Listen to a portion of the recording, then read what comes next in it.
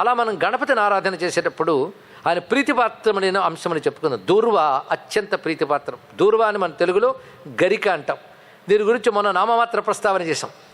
ఆ దూర్వ విషయంలో చాలా విధానములు మనకి చెప్పబడుతున్నాయి. ప్రత్యేకించి గణపతి సంబంధమైన పురాణాల్లోనూ గణపతి ఆగమాల్లో గణపతి సంహిత అనే గ్రంథం ఉందండి. అద్భుతమైన గ్రంథం. దానిలో గణపతి గురించి ఎన్ని విశేషాలు చెప్తాడో అదొక మంత్రశాస్త్రం. ఇలా గణపతి సంబంధించిన శాస్త్రములు చాలా. గణేశ మహాదర్శనం, మహాగణేశ మహాదర్శనం మరో గ్రంథం ఉంది, అదొక తంత్రశాస్త్ర గ్రంథం. అవి చూస్తే తెలుస్తుంది గణపతి గురించి సంపూర్ణంగా.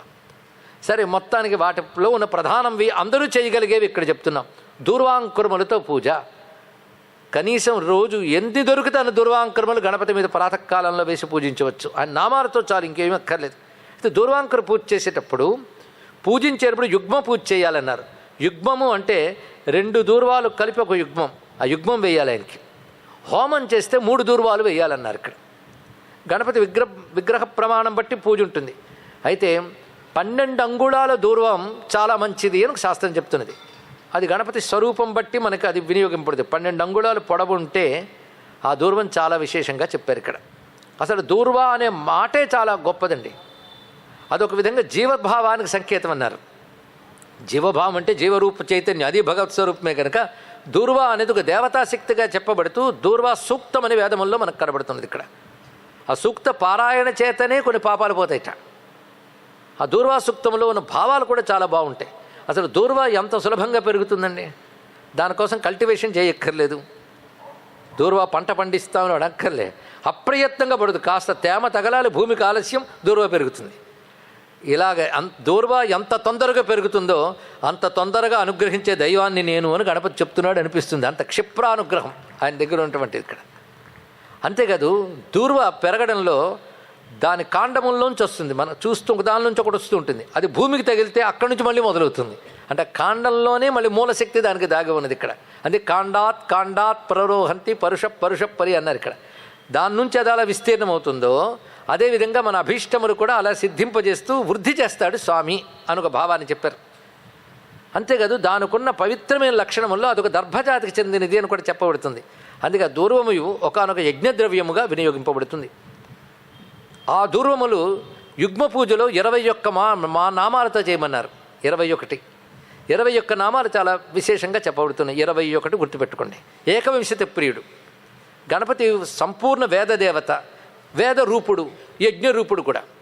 యజ్ఞం గురించి ఆలోచిస్తే శ్రౌత యాగములు ఉన్నాయి, స్మార్త రూపమైన యాగములు ఉన్నాయి. రెండిట్లోనూ స్వామి ప్రధానం. యజ్ఞం అంటేనే గణపతి, ఇది బాగా తెలుసుకోండి. యజ్ఞమే గణపతి. యజ్ఞమానతనం యజ్ఞరూపిణం యజ్ఞకారకం. అది యజ్ఞం చేసినప్పుడు ముందు ఆయన్నే పిలిచినప్పుడు యజ్ఞములో ఉన్న దేవత, ద్రవ్య, మంత్ర ఇత్యాదులన్నీ ఆ గణములకు నువ్వు పతివి అన్నారు. అయితే యజ్ఞంలో ప్రధానంగా నలుగురు ఉంటారండి. ఒకరు బ్రహ్మ, ఇంకొకరు హోత, మరొకరు ఉద్గాత, 4వవాడు అధ్వర్యుడు.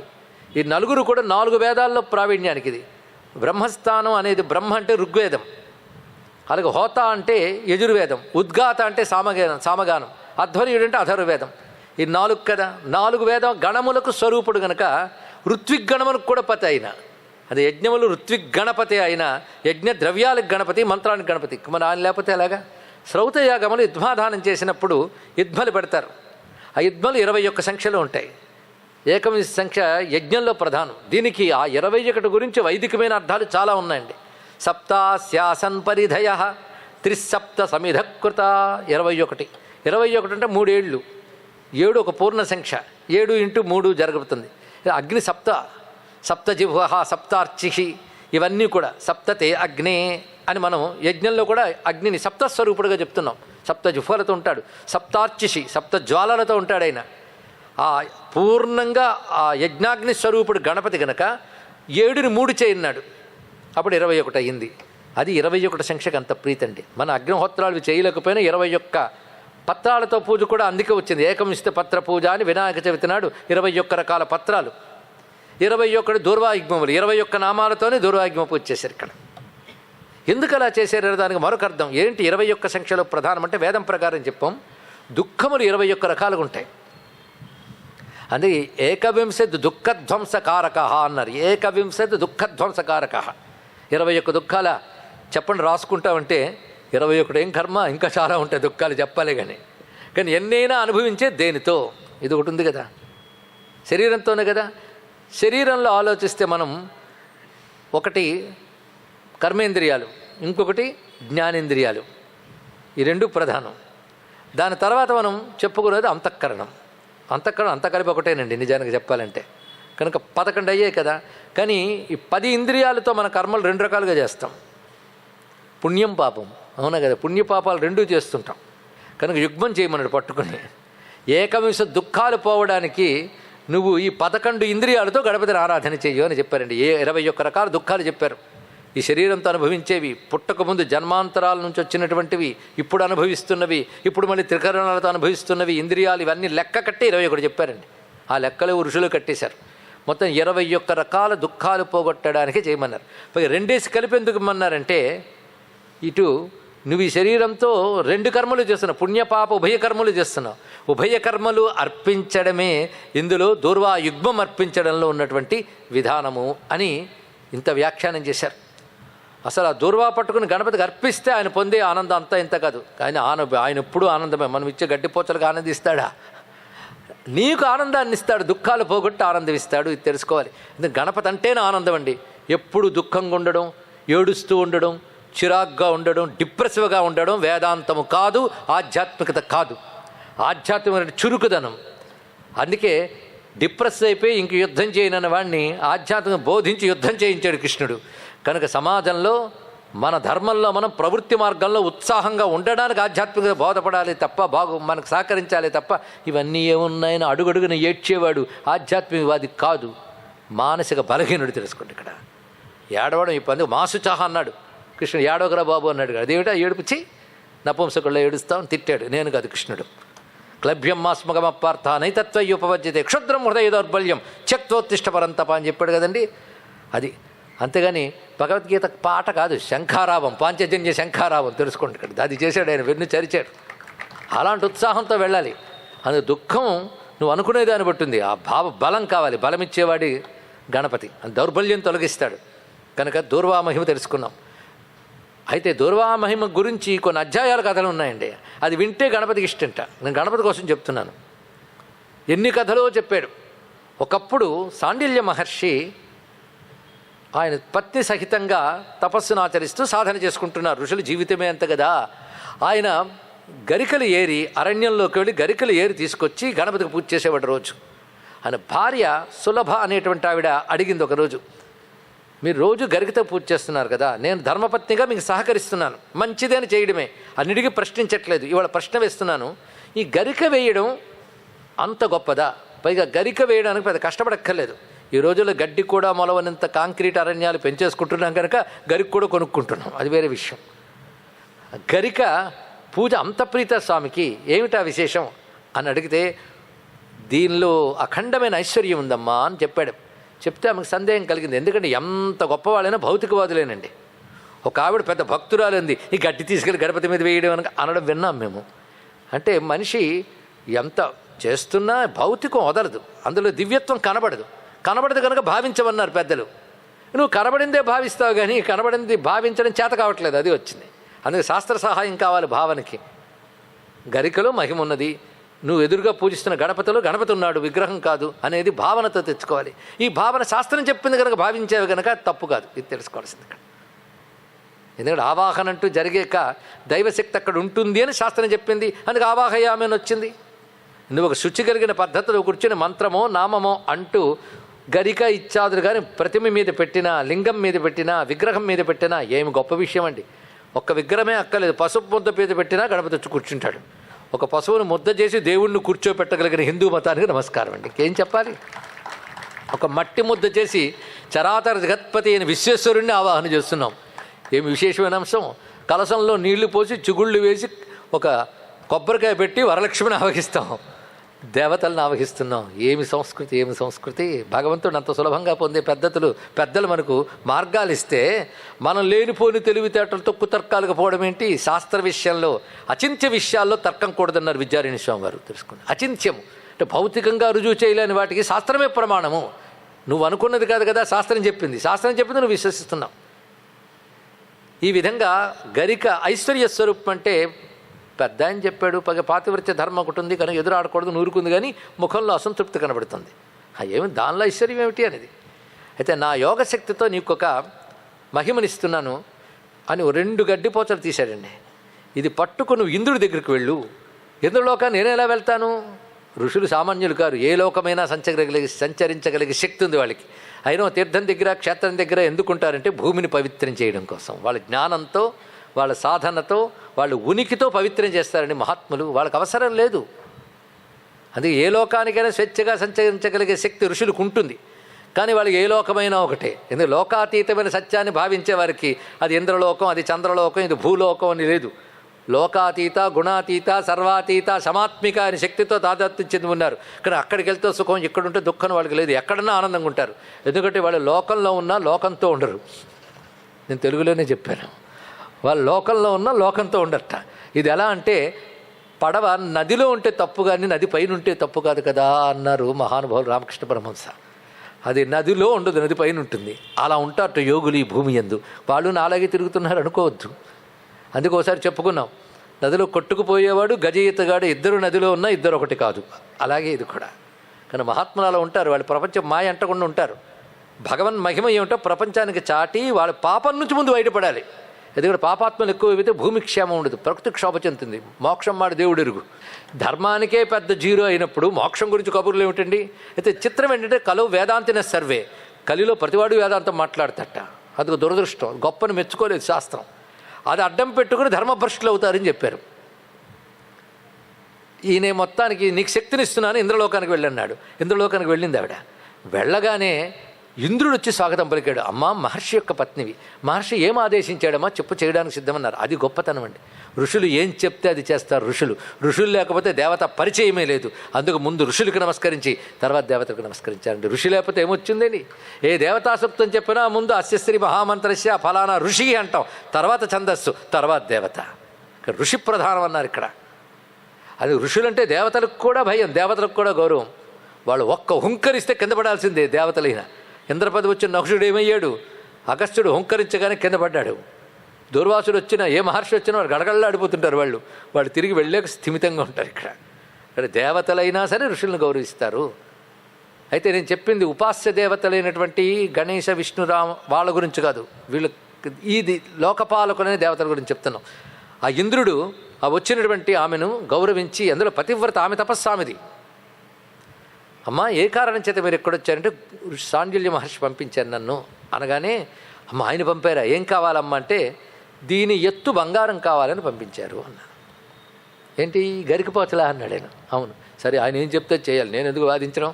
వెంటనే కుబేరుని పిలిచాడు. ఆయనే కదా ఫైనాన్స్ డిపార్ట్మెంట్ అంతా. ఆయన్ని పిలిచి దీని ఎత్తు బంగారం ఇవ్వు అన్నాడు. నవ్వుకున్నాడు ఆయన. దగ్గరున్న చిన్న త్రాసు తీసుకున్నాడు. అది ఇటు పెట్టాడు, ఇటు బంగారం పెట్టాడు. చిత్రం, గరిక పెట్టిన త్రాసు కిందకే ఉంది, అది పైకి లేవలేదు. బంగారు త్రాసు తేలిపోతుంది. అప్పుడు కొంచెం ఆలోచించి మరికొంత వేశాడు. ఎన్ని వేసినా చాలలేదు. అప్పుడు ఇంద్రుడి దగ్గరికి వచ్చాడు. నా ఐశ్వర్యం సరిపోలేదు, నా దగ్గర ఉన్నదంతా వేశానన్నాడు. లోకపాలకులందరినీ ఇంద్రుడు పిలిచాడు, ఆయా దిక్పాలకులందరినీ. మీ దగ్గర ఉన్న ఐశ్వర్యాలన్నీ వేయన్నారు. ఎన్ని వేసినా గరికపోచ సిబ్బి అలాగే ఉందండి. ఇక్కడ కిందకే ఉంది, ఇది పైకి తేలుతున్నాయి. ఎన్ని వేసినా ఇంద్రలోకంలో ఉన్నవన్నీ వేశాడు. అమ్మ, ఎన్ని ఐశ్వర్యాలు ఇచ్చినా దానితో సమానం కాదు. ఇందులో ఏదో మహిమ ఉంది. ఊరికనే చెప్పడు సాండిల్య మహర్షి. అంటే అఖండ ఐశ్వర్యములు కూడా గణపతికి అర్పించిన గరిక ముందు సరిపోవు. గరిక ముందు సరిపోవనలేదు నేను. గణపతికి అర్పించిన గరిక ముందు ఆయనకు అర్పించగానే దానిలో శక్తి వస్తుందండి. అందుకే మహాత్ములు దగ్గరికి వెళ్ళినప్పుడు వాళ్ళు అలా ఒక చూపు చూసి ఒక పువ్వు ఇస్తారు. ఈ పువ్వులు మా ఇంట్లో దొరకవేయండి, పక్కన పడేస్తుంది, మహాపాపం. అది బయట దొరికేది పుష్పం, ఇక్కడ ఇచ్చేది ప్రసాదం. ప్రసాదం అంటే ప్రసన్న భావం, దైవశక్తి అందులో ప్రవేశిస్తుంది. దైవానికి అర్పించిన వెంటనే. అదే ప్రసాదం పుచ్చుకోవడానికి ఒక పద్ధతి ఉంది, తీర్థం పుచ్చుకోవడానికి ఒక పద్ధతి ఉంది. అంతేగాని తీర్థం అనగానే ఇవ్వండి అని ఒంటి చేయి చేస్తే మహాపాపం. వస్త్రయుగ్మ అరచేతిలో పెట్టుకుని కుడి చెయ్యి దాని యందు పెట్టి అత్యంత భక్తిగా పుచ్చుకోవాలట. ఒక యోగిని ఈ దృశ్యం చూసి స్పష్టంగా ఒక విషయం చెప్పినది. ఆమెకు పురాకృత సుకృతం వల్ల ఒక సూక్ష్మ దృష్టి వచ్చింది. ఆ తీర్థం చుట్టూ ఒక కాంతి వలయం కనబడింది ఆమెకి. అలా ఉంటాయండి శక్తులు, మనకు కనబడవు. ఎందుకంటే ఈ కన్ను ఈ ప్రపంచం చూడడానికి ఇచ్చాడే కానీ సూక్ష్మ ప్రపంచం చూడడానికి ఇవ్వబడలేదు. కనుక దీంతో చూడలేము. దానికి ప్రత్యేక దృష్టి కావాలి, దానికో సాధన కావాలి. అందరికీ ఆ సాధన ఉండదు, అవునా లేదా? అందరూ నదులు ఈదలేరు. కానీ ఇదే వాళ్ళు ఒకరు ఉంటారు కదా, అందరూ దివ్యత్వాన్ని అందుకోలేరు, కానీ అందుకునేవారు కూడా ఉంటారు. ఇది తెలుసుకోండి. ఇక్కడ మనం చేయలేదు కదా, నీది సాధ్యం కాదు అనడానికి లేదు. మనకు సాధ్యమైంది సంసారంలో పడి తిరగడమే. దాన్ని దాటి వెళ్ళే మహాత్ములు ఎందరున్నారో. కనుక దివ్యత్వాన్ని మనకు అందలేదు కనుక లేదనడానికి లేదు. అందుకున్న వాళ్ళు ఏనాడో ఉన్నారు, అన్ని నాళ్ళు ఉంటారు. అది తెలుసుకోవాలి. ఎప్పుడు ఉంటారు, ఏ కాలంలోనైనా. మనకు ఉండవలసినంత విశ్వాసమే. మనకు విశ్వాసం, వాళ్ళకు అనుభవం, అంతే. ఇక్కడ మొత్తానికి ఈమె బుద్ధి తెచ్చుకుని వచ్చి సర్వైశ్వర్యములు గణపతికి అర్పించిన గరిక ముందు దిగదుడిపే అన్న విషయాన్ని తెలుసుకున్నాం అని సమర్పించింది. మళ్ళీ సాండిల్ని వద్దకొచ్చి ఆ గరికని శిరస్సు మీద పెట్టుకుందండి. అందుకే గణపతికి పూజించిన తర్వాత ఆ గరిక తీసుకుంటే కొందరు సిద్ధపురుషులు అలా చేయడం చూసాం. వాళ్ళు ప్రసాదం ఇస్తారు. ఆ ప్రసాదం తీసుకొని మనం ఇంట్లో పెట్టుకున్నా దరిద్రం పోతుంది. అలాగే గణపతికి సంబంధించి సుబ్రహ్మణ్య యోగి అని ఒక మహానుభావుడు సంస్కృతంలో గొప్ప వాంగ్మయం ఇచ్చాడండి. ఆయన చెప్తాడు, మన ఇంటి ద్వారం పైన కానీ గణపతి మూర్తిని పెడితే, ఇంట్లో గణపతి మూర్తిని పెట్టినా అమంగళాలన్నీ తొలగిపోతాయి, ఇంట్లో ఆనందం ఉంటుంది అని చెప్పారు. అంతేకాదు, పరస్పరం ద్వేషభావాలు ఇంట్లో ఉంటూ ఉంటాయి. మీరు ఎప్పుడైనా గమనించారో లేదు, గమనించడం అంటే అవే కనబడుతుంటాయి. అయితే అత్తకి కోడలు పడదు, కోడలకు అత్త పడదు, మామగారికి వీళ్ళిద్దరు పడరు, ఏవో ఉంటాయండి. చెప్పడానికి ఏమున్నాయి, ఒకరికొకరు పడని యుగం పేరే కలియుగం. ఇలాంటివి ఎక్కువ ఉంటాయి కలియుగంలో. అయ్యో పోతాయా అంటే అనుభవించాల్సింది, ఏం చేస్తాం, పురాకృత కర్మలు. కానీ శాంతినిచ్చి సంతోషం ఇవ్వగలిగే శక్తి గణపతి చేయగలిగినట్టు. అటువంటి ప్రసన్న భావం ఇవ్వడంలో ప్రసన్నవదనుడికి మించిన వాళ్ళు ఎవరున్నారు? గణపతి ఆరాధన పద్ధతులు ఇది. మనం అనుకుంటాం చిత్రపటం బొమ్మలో ఏముందని, దానిలో ఏముందో వాడికి ఏం తెలుసు. ఆవహింపజేసిన విగ్రహంలో ఎంత శక్తి ఉందో ఎవరు చెప్పగలమండి? కొంతకాలం కింద ఒక న్యూక్లియర్ సైంటిస్టుకు యంత్రాన్ని కనిపెట్టాడు. సుమారు 15 ఏళ్ళు అవుతుంది. ఆ యంత్రశక్తి, అతడు అణుశాస్త్రవేత్త, సామాన్యుడు కాదు, న్యూక్లియర్ సైంటిస్ట్. అది పాజిటివ్ ఎనర్జీ, నెగిటివ్ ఎనర్జీని కొలిచే యంత్రం అది. ఆయన ఇదివరకు హిందూ ధర్మం మీద గౌరవం ఉంది, కానీ ఈ యంత్రం కనిపెట్టేగా గౌరవం భక్తిగా మారిపోయిందిట. ఎలాగంటే హిందువులు పూజించే చిత్రపటాలు, వాటికి ఒక చందనం కుంకుమ పెట్టి ఒక పువ్వు పెడితే చాలు, దాని నుంచి శక్తి తరంగాలు కొన్ని మీటర్లు వస్తున్నాయట. ఒక తులసి మొక్క దగ్గర, ఒక మారేడు చెట్టు వద్ద, ఒక రావి చెట్టు వద్ద, ఒక ఉసిరికి చెట్టు వద్ద, ఒక మేడి చెట్టు వద్ద వచ్చే శక్తి తరంగాలు ఇంకెక్కడే లేవన్నాడు. వాటిని దేవతా వృక్షాలను మన వాళ్ళు. అసలు దీపం వెలిగించడం కూడా అలవాటు లేరు. కొంపల్లో దైవశక్తి ఎక్కడ ఉంటుందండి? నేను దేవుడిని నమ్మనండి, ఎప్పుడు పూజించానంటే అప్పుడే దుష్టశక్తి లోపలికి ప్రవేశించిందని అర్థం. అది చేయనివ్వదు. అది ఉంటే ఇన్ని రకాలు ఉంటాయి. మొత్తానికి చిన్న చిన్న ఆరాధనలు గొప్ప గొప్ప ఫలితాన్ని ఎలా ఇస్తున్నాయో చెప్తున్నాను. గరికి ఇంత శక్తి ఉంది. అప్పుడు సాండిల్య మహర్షి తన పత్నితో ఒక అద్భుతమైన వృత్తాంతాన్ని చెప్పాడు. ఇది ఒకానొకప్పుడు జరిగిన వృత్తాంతం చెప్తున్నాను విను అన్నాడు. ఒకప్పుడు యముడు దేవసభకు వెళ్ళినప్పుడు, యముడు అంటే కాలపురుషుడు, ఈ కథలు వినేటప్పుడు సాంకేతికంగా అర్థం చేసుకోవాలి. అందుకని ఓహో దేవతలకి వికారాలు ఉన్నాయన్నమాట అని వికృతంగా అర్థం చేసుకోడు. దేవత నింద చేస్తే దేవహేళనం అనే దోషం వస్తుందండి. ఇంద్రుణ్ణి, యముణ్ణి, ఇలాంటి దేవతల్ని ఎత్తి పొడుస్తూ మనం మాట్లాడితే తర్వాత సమాధానం చెప్పాల్సి వస్తుంది. వాడి దగ్గరికే వెళ్తాం తర్వాత. ఇది మర్చిపోవద్దు. వాడికి ఇంకర్లేలు అక్కెళ్తారు. అప్పుడు ఏం చెప్తారు, మీ ఇష్టం, మరో 2 తగిలిస్తారు, అంతకు తప్పేం లేదు. కనుక దేవహేళన ఎప్పుడు చేయకూడదు. ఆ ఇంద్రుడి తపస్సులకు భంగం చేయడానికి కల్పిస్తాడు. ఇది ప్రతివాడు ఇంకా దానితో కథలు వెళ్ళడం, ఇంద్ర శబ్దం వస్తే నవ్వడం. అంటే పరమేశ్వరుడే తెలుసుకోండి. ఇక్కడ ఆయా దేవతల ఎందు పరమేశ్వరుడు విభూతి ఉంటేనే ఆ దేవత వందనీయుడవుతాడు. ముల్లోకాలకు అధిపతి ఈసడించదగ్గవాడా? ఏం తెలుసు మనకి? సరే, ఇప్పుడు నేను దేవతాతత్వం మీద ఉపన్యాసం కాదు, మీకు వినే ఓపిక నాకు చెప్పే తీరిక ఉంటే దేవతాతత్వం మీద కొన్ని రోజులు చెప్పచ్చండి. హిందూ దేవతలు, దేవతారాధన వేదకాలం నుంచి ఇప్పటి వరకు ఉన్నవి ఎందుకు వచ్చాయని తెలుసుకుంటే ప్రపంచంలో ప్రతివాడు హిందువై తీరతాడు. అంత గొప్పది హిందూ మతం. అసలు ధర్మం అనే మాట హిందూ శబ్దానికి తప్ప దేనికి సరిపోతుందండి? మిగిలిన ఒపీనియన్స్, మతములు. ధర్మం అంటే హైందవమే, ఇది తెలుసుకోండి ఇక్కడ. అందుకే దీనిలో ప్రత్యంశం వెనకాల పరమార్థం ఉంది, ప్రత్యంశం వెనకాల లోతున్నది. అందుకే ఎవరిని ఏమి అనమ్మను, మమ్మల్ని ఏదైనా అంటే సహించం అని ప్రతి హిందువు భావించాలి. సరే, మొత్తానికి వచ్చాం కదా ఇక్కడికి. యముడు, ఆ యముడు ఒక అప్సరసను చూసినప్పుడు అప్పుడు ఆయన మనస్సులో వికారం కలిగింది. దాని వెనకాల కారణం ఉంటుంది. అప్పుడు యముని తేజస్సు నుంచి ఒక అసురుడు పుట్టాడు. ఏమంటే ఆయన దేవత కదా, ఆయన నుంచి అసురుడు పుడతాడంటే భావం, అసురు భావం ఏర్పడింది కదా, అది తెలుసుకోవాల్సినది. అది ఒక రాక్షసుడు అయ్యాడు. అది కింద ఆ తేజస్సు పడిన వెంటనే రాక్షభావం పోయింది, ఆయన వెళ్ళిపోయాడు. అది ఒక అసురుడు అయ్యాడు, రాక్షస రూపం ధరించాడు వాడు. అతడు అనలాసురుడు. మొన్ననే చెప్పాను, రాక్షసుల మీద రీసెర్చ్ చేయండి, అద్భుతమైన అంశాలు కనబడతాయని. అనలాసురుడు, అనలం అంటే అగ్ని, చాలామందికి తెలుసు కదా. ఎందుకు ఆ పేరు వచ్చిందంటే అలం అనేది లేదు కనుక అనలం. అలం అంటే ఇక చాలు అనేది వాడికి లేదు. ఎన్నైనా తగలబెడుతూ వెళ్తాడు, ఇంకా చాలా ఆపేస్తాను అనుకోడు. అది అగ్ని యొక్క లక్షణం. అందుకే దాని పేరు అనలం అని వచ్చిందండి. అపర్యాప్తం అని అర్థం. ఇక్కడ వాడు అగ్నికి అనలుడు అని పేరు, వీడి పేరు అనలాసురుడు. కాలాగ్ని అని ఇప్పుడు విన్నారు కదా, కాలం ఒక అగ్ని. ఎందుకు అగ్ని అన్నారంటే అగ్నిహోత్రంలో వేసేది ఏది కనబడదు, కాలంకి వెళ్ళినవన్నీ కనబడవు, అంతే కదా. కనబడన్నా కానీ ఇంకో రూపంలో వస్తుంది, అది వేరే విషయం. కానీ కాలం అగ్ని, కాలాగ్ని అని అంటాం. కాలాగ్ని రుద్రాయ అంటున్నాం కదా, కాలాగ్ని. ఆ కాలాగ్నిలో ఒక విశేషమే యముడు, అందుకే ఆయన పేరు కాలుడు. ఆయన నుంచి వచ్చారంటే కాలం నుంచి వచ్చాడు. కాలం నుంచి వచ్చినది కాలశక్తికి నిన్ననే ఒక కథ చెప్పుకున్నాం. ఏమంటారండి, కాలానికి మరొక పేరు ఏమిటి నిన్ననే చెప్పుకున్నాం.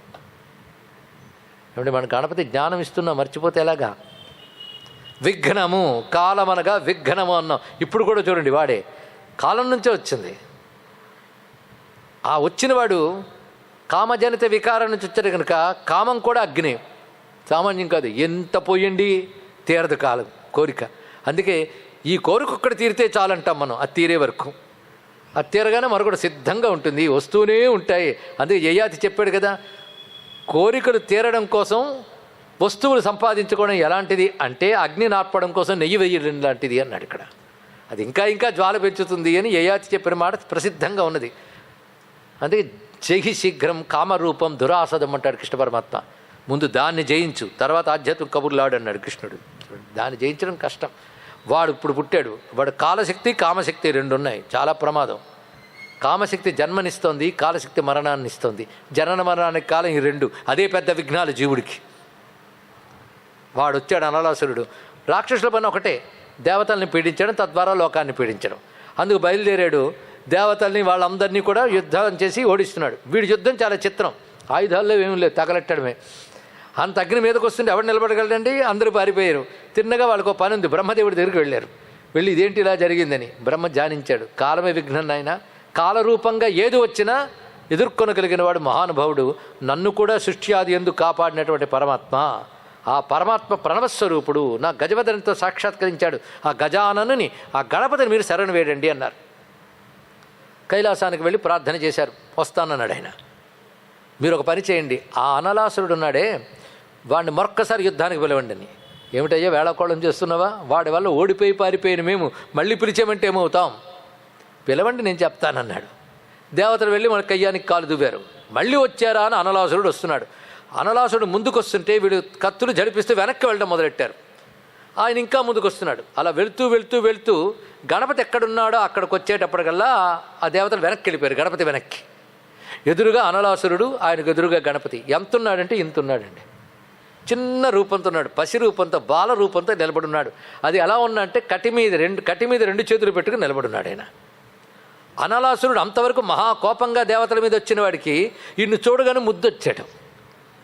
ఎవరు బాబు నువ్వు చాలా ముద్దుగా ఉన్నావు, దేవతలతో నాకు యుద్ధంగా నీతో ఏముందయ్యా, శత్రుత్వం వెళ్ళిపో అన్నాడు. నన్ను నువ్వు నిగ్రహిస్తే కానీ దేవతల దగ్గరికి వెళ్ళలేవు అన్నాడు. ఇక్కడ ఇంతెంతున్నావు, నువ్వు నన్ను అంటావా అంటే దీపం ఎంత ఉంటుంది అన్నాడు. ఎంత ఉంటుంది, చీకటి కొండంత ఉన్నా గోరంత దీపం ఎలా పోగొడుతుందో నేను అలా పోగొడతాను అన్నాడు. ఎంత గొప్ప మాట చెప్పాడు. హృదయంలో అత్యంత సూక్ష్మంగా పరమాత్మ సంసార భయాలను పోగొట్టట్లే. ఈ బాలుడు అయ్యా, నువ్వు అమ్మతో వెళ్ళి ఆడుకో అన్నాడు. ఇక్కడ నేను బాలున్నా చూడన్నాడు. శరీరం పెంచాడండి. వక్రతుండ మహాకాయ సూర్యకోటి సమప్రభ. అనలాసుడు ఎంత పెరుగుదామనుకున్నా పెరగలేకపోతున్నాడు.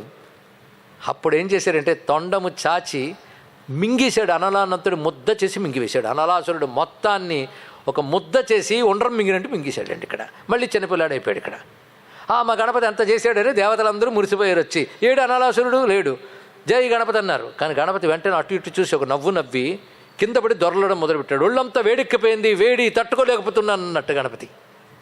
ఇదేమిటి, మన అనుగ్రహించాడు కానీ ఈయనకి వేడెక్కిపోయింది. నిజమే, అనలాసురుడు సామాన్యుడా అని మింగేశాడు కానీ ఒళ్ళంతా వేడెక్కిపోతుంది. ఏం చేయాలి ఇప్పుడు? ఇంకొక్కొక్కరు ఒక్కొక్క పని చేశారండి. ఈ వృత్తాంతం చాలా అందంగా చెప్పబడుతుంది పురాణంలో. గణపతిని కూర్చోబెట్టి ఇంకా ముందు శివుడు వచ్చి ఏం చేశాడంటే ఆ గంగతో తడిపాడు. లాభం లేదన్నాడు.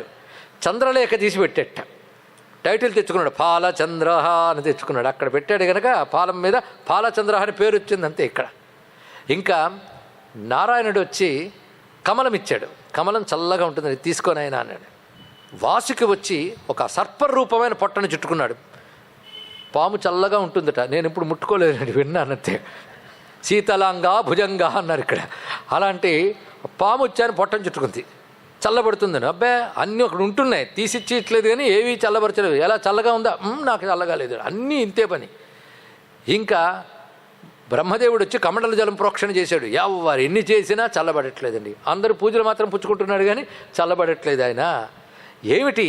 ఆఖరికి అన్నారు, నువ్వు సామాన్యుడివి కాదయ్యా, ఏదో చేస్తున్నావు, మాకు అర్థం కావట్లేదు. నిన్ను చల్లబరచడానికి ఏం చేయాలో నువ్వే చెప్పు. ఇంతవరకు మాకు తెలిసినవన్నీ చేసాం, నీ పూజ చేసేసాం, ఒక్కొక్క దేవత ఒక్కొక్క పూజ. ఏం చేస్తే నువ్వు చల్లబడతావు చెప్పు అంటే, ఇక్కడ నుంచి తపోవాటుకున్నది నైమిషారణ్య ప్రాంతంలో. అక్కడ 88,000 మంది మహర్షులు ఉన్నారు. వాళ్ళని ఒక్కసారి పిలవండి, వాళ్ళకి తెలుసు అన్నాడు ఇక్కడ. అంటే వీళ్ళకి తెలియదా? ఆ సమయంలో స్ఫురించదు, అది కూడా. అంతేకాదు, వాళ్ళు వచ్చారు. వాళ్ళు వస్తున్నప్పుడు ఏంటి మీరు చేతులు ఉప్పుకుంటూ వచ్చేస్తున్నారు, ఏం తేవట్లేదని చల్లబరచాలంటే, ఏం తేవాలో మాకు తెలుసులే అన్నారు ఇక్కడ. తిన్నగా వచ్చి ప్రతి మహర్షి కూడా దూర్వాయుగ్మం ఆయన మీద వేశారండి ఇక్కడ. దానితో నేను చల్లబడ్డాను, ప్రశాంతంగా ఉన్నాను అని చెప్పాడు ఇక్కడ. ఈ కథ అనలాసురుణ్ణి చల్లబరిచిన కథ. ఇలా దూర్వా మహిమ చెప్పిన అధ్యాయం చెప్తే ఆయన చల్లబడతట. మనపై ఇప్పుడు ప్రసన్నుడై స్వామి అనుగ్రహిస్తున్నాడు. దూర్వాయుగ్మ గాథ